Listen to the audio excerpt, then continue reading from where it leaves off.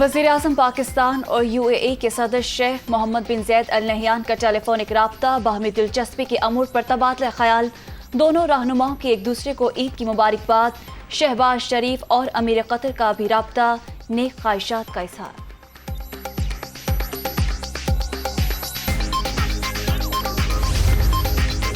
पंजाब के ज़िमनी इलेक्शन मुल्क के मुस्तकबिल का फैसला, चाहे धांधली के बजाय धांधला हो जाए, एक एक लोटे को शिकस्त देंगे।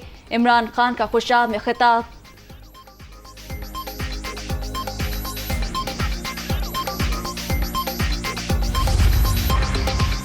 और वक्फे से बारिश, कराची में पानी ही पानी, जिला वस्ती सबसे ज्यादा मुतासिर। ईसा नगरी, आयशा मंजिल और शाहराह पाकिस्तान समेत कई इलाके ज़ेर आब। गटाब काठौर के तरफ सैलाबी रेला, सड़क का बड़ा हिस्सा बह गया।